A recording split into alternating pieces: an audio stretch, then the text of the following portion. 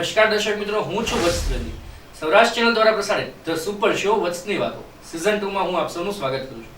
તો દર્શક મિત્રો, ગયા સિઝનનો તમે લોકોએ ખૂબ જ મને સપોર્ટ કર્યો છે અને આપણો એક ભાવનગરની જનતાને એક ફૂલ ફેવરિટ એપિસોડ રહ્યો હોય તો જીગરભાઈનો એપિસોડ છે કે જેમાં આપને ખૂબ જ સારા વ્યૂઝ પણ મળ્યા છે અને લોકોની ખૂબ ડિમાન્ડ હતી કે એમનો તમે એક થોડાક સિક્વન્સ વાઇઝ એપિસોડ લાવો કે જેમાં અમે જાજુ સ્ટોક માર્કેટનું નોલેજ મેળવી શકીએ. હું સતત 6 એપિસોડ વાળી એક સિઝન લાવ્યો છું જીગરભાઈ પંડ્યાની જ છે કે જેમાં તે આપને સ્ટોક માર્કેટનો બહોળો અનુભવ આપશે.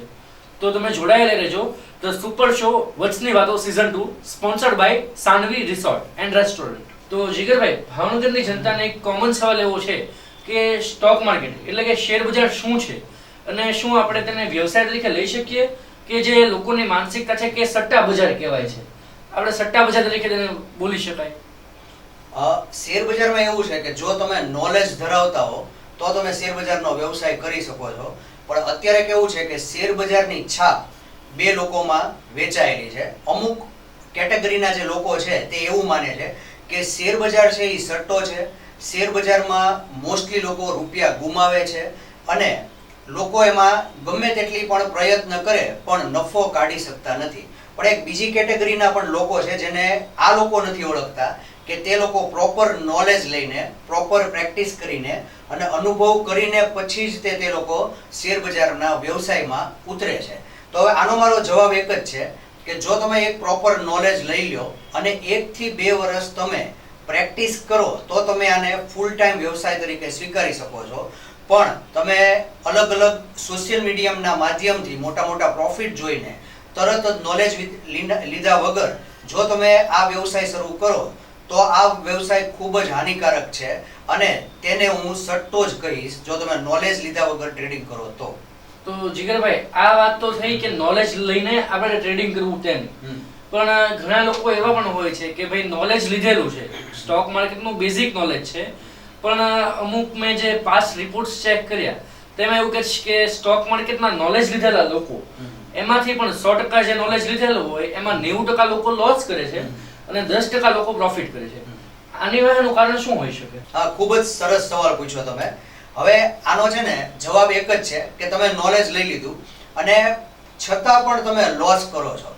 તો હવે તમે વિચારો કે તમે શેર બજાર સિવાયના કોઈ પણ બીજા વ્યવસાયમાં જ્યારે જાઓ, તમે ડોક્ટરીમાં જાઓ, તમે લોયર બનો, તમે એન્જિનિયર બનો, તો તમે પહેલા શું કરો છો? તમે પહેલા ત્યાં આગળ તેનું બેઝિક નોલેજ કલેક્ટ કરો છો, તમે એક કોલેજ એટેન્ડ કરો છો, તમે 3 વર્ષનો અભ્યાસ કરો છો.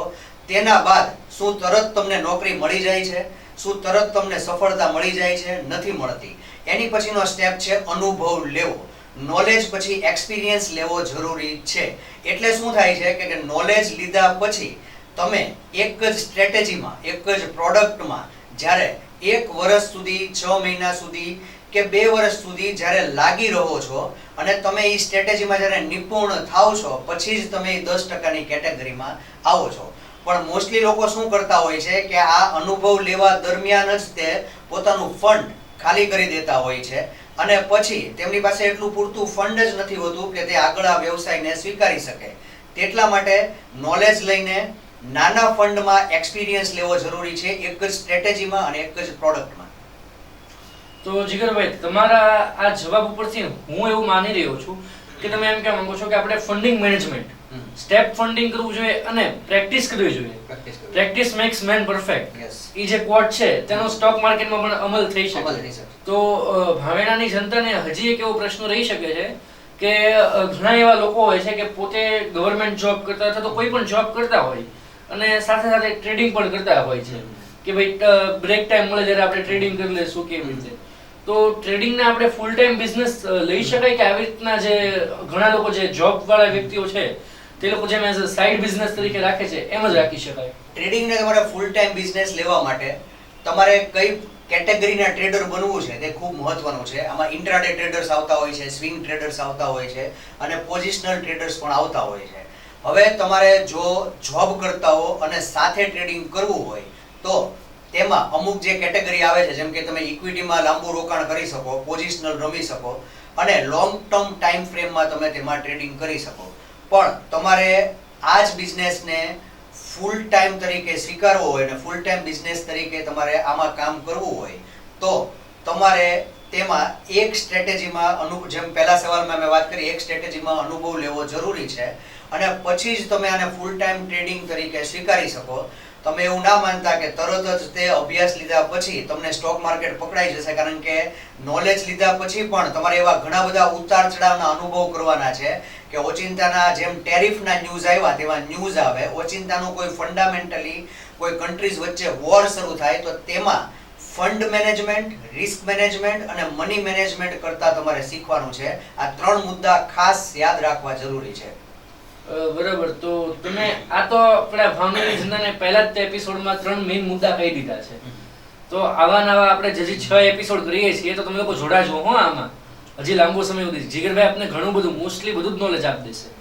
તો જીગરભાઈ, ભાવનગરની જનતાનો એક જે આપણા છોકરાઓ છે, જે નવું જનરેશન છે, એ લોકો એમ વિચારતા હોય કે ભાઈ ચાર્ટ રીડિંગ મેઇન છે, કે ચાર્ટ રીડિંગ આપણે કરીએ તો આપણે ઘણા લોકો તો એમના ચાર્ટનું એનાલિસિસ શરૂ હોય છે એનું. તો શું સ્ટોક માર્કેટમાં આપણે સફળ બનવું હોય તો ચાર્ટ રીડિંગ એનાલિસિસ છે એ જ તે મહત્વનું છે, કે એની સિવાય પણ ઘણા એવા મુદ્દા છે કે જે સ્ટોક માર્કેટને કવર કરી શકે છે?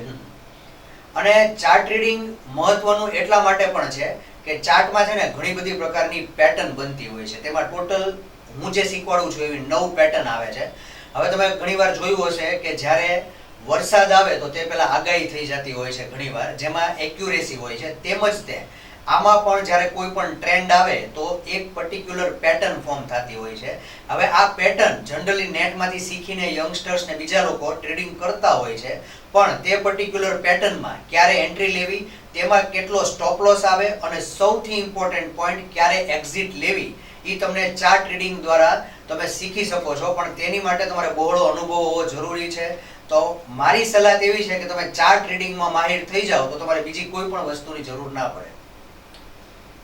પછી જીગરભાઈ, એક એવો સવાલ પણ છે કે જે સ્ટોક માર્કેટ છે એમાં ફોકસનું કેટલું મહત્વ? કોઈ પણ બિઝનેસ હોય તેમાં ફોકસનું તો મહત્વ હોય જ છે, પણ આ પર્ટિક્યુલર વ્યવસાય એવો છે કે ગમે ત્યારે માણસ સાવ ડાઉન પણ વયો જાય છે અને ગમે ત્યારે તે સાવ ઊંચો પણ વયો જાય છે.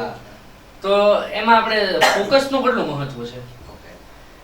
ખૂબ જ સરસ સવાલ છે અને આનો જવાબ દેવો મને ખૂબ પસંદ આવશે. હું મારા વિદ્યાર્થીઓને પણ આ જ સમજાવતો હોઉં છું કે સ્ટોક માર્કેટમાં તમારે ફોકસ ખૂબ જ હોવું જરૂરી છે. તમે જરાય પણ ડિસ્ટ્રેક્ટ થયા, હવે ડિસ્ટ્રેક્ટનો મતલબ છે ને શું છે કે આ જે શેર બજાર છે ને દરિયો છે, આમાં કેટલી બધી વસ્તુ આવતી હોય છે. ક્રિપ્ટોકરન્સી આવતું હોય છે, હેજિંગ આવતું હોય છે, ઇન્ટ્રાડે આવતું હોય છે, long term, short term, future, option. તમે એમાં ઓપ્શનનું લિસ્ટ બનાવવા બેસો તો ઘણા બધા વિકલ્પો તમને મળશે. તો થાય છે શું કે હું ખુદ જ્યારે સિલ્વરમાં ટ્રેડિંગ કરતો હોઉં અને હું જોઉં છું કે મારો ફ્રેન્ડ નિફ્ટીમાં મારી કરતાં પણ વધારે કમાય છે, એટલે મારું ફોકસ સિલ્વરમાંથી હટીને તરત જ નિફ્ટી તરફ વયું જાય છે. તો મારી એક સલાહ છે કે તમે ચાર્ટ રીડિંગ કરીને કોઈ પણ એક જ પ્રોડક્ટ પકડી લો, બધું સેમ જ ચાલવાનું છે. તમે જો કન્સિસ્ટન્ટ રહેશો તો તમને મોટું મુવમેન્ટ દરેક પ્રોડક્ટમાં મળશે, તે મારો વાયદો છે. ને તમે ચાર્ટ રીડિંગના પાસ્ટ ડેટા સ્ટડી કરીને પણ જોઈ શકો છો.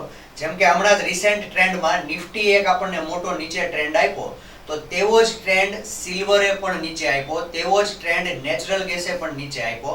પણ બધી પ્રોડક્ટનો એક સમય હોય છે. જેમ દરેક વ્યક્તિનો એક સારો સમય હોય છે, ખરાબ સમય હોય છે, તેમ પ્રોડક્ટમાં પણ એવું હોય છે. એટલે તમારે શું કરવાનું છે કે તે એક જ પ્રોડક્ટમાં તમારે કન્સિસ્ટન્ટ ટ્રેડિંગ કરવાનું છે, બીજે ક્યાંય પણ ડિસ્ટ્રેક્ટ થયા વગર. કારણ કે વર્ષના અંતે તમને બહુ ડિફરન્સ નહીં દેખાય, સરખો જ પ્રોફિટ તમે કરી શકશો. પણ તમે બીજા કોઈનો પ્રોફિટ જોઈને જો તમે પ્રોડક્ટ ચેન્જ કરી અને જો તેમાં કોન્સોલિડેશન પીરિયડ ચાલતો હશે તો શું થશે કે તમે પ્રોડક્ટ ચેન્જ કરતા જશો અને સાથે સાથે તમારો લોસ કરતા જશો. એટલે તમે કોઈ પણ પ્રોડક્ટમાં અથવા કોઈ પણ સ્ટ્રેટેજીમાં માહિર નહીં થઈ શકો. એટલે તમે એમ કહો છો કે ભાઈ એનાલિસિસ કરવું કોઈ પણ પ્રોડક્ટની પાછળ એ મહત્વ છે. Data without analysis is a paralysis, આપણે એમ કહી શકીએ. તો જીગરભાઈ, તમે આજે અમારા દર્શક મિત્રોને ખૂબ જ સારું 3 મેઇન પોઈન્ટ કહી દીધા. પછી એક ફોકસ વિશે કહી દીધું, ભાઈ ફોકસ મેઇન છે. તો હું તમારું આજ તમે જે આ એપિસોડમાં આવ્યા તેની માટે હું તમારો ખૂબ ખૂબ આભારી છું. Thank you. નેક્સ્ટ એપિસોડમાં આપણે મળીશું. અને દર્શક મિત્રો, તમારે પણ જીગરભાઈને સ્ટોક માર્કેટ રિલેટેડ કાંઈ પણ પ્રશ્ન પૂછવા હોય તો અમારા ઓફિસનો કોન્ટેક્ટ નંબર છે 9727000059. તેમાં તમે કોન્ટેક્ટ કરી શકો છો સવારે 11 થી સાંજના 5 સુધીમાં. તો તમારો કોઈ પણ સવાલ હશે તે અમે જીગરભાઈને કહેશું અને અમે તમને રિપ્લાય આપશું, કોલ દ્વારા પણ અને ઓપનલી પણ. તો જોડાયેલા રહેજો સૌરાષ્ટ્ર ચેનલ સાથે અને જોવું ભૂલતા નહીં ધ સુપર શો વત્સની વાતો. મળીએ જીગરભાઈ નેક્સ્ટ એપિસોડ. Thank you.